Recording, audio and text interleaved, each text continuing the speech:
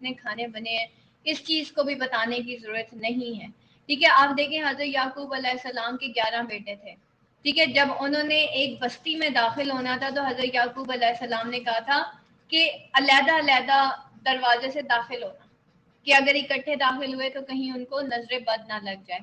Number 2، حضرت یوسف علیہ السلام نے جب اپنا ڈریم شیئر کیا تھا حضرت یعقوب علیہ السلام کے ساتھ، تو حضرت یعقوب علیہ السلام نے اسے کہا تھا کہ اپنے بھائیوں کا مت بتانا، ایسا نہ ہو کہ شیطان جو ہے، بے شک شیطان تمہارا سری دشمن ہے، یعنی کہ شیطان تم دو لوگوں کے درمیان میں نفرتیں ڈال دے گا.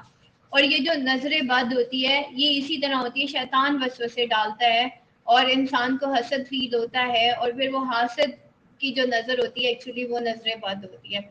تو ہمیں کسی کے اندر اپنی نعمتیں بیان کر کے ان کے اندر انفیریورٹی کمپلیکس پیدا نہیں کرنا چاہیے، تو انڈائریکٹلی ہم بھی ایکچولی گناہ کر رہے ہوتے ہیں. تو اس چیز کا بیٹا بہت زیادہ خیال رکھیں.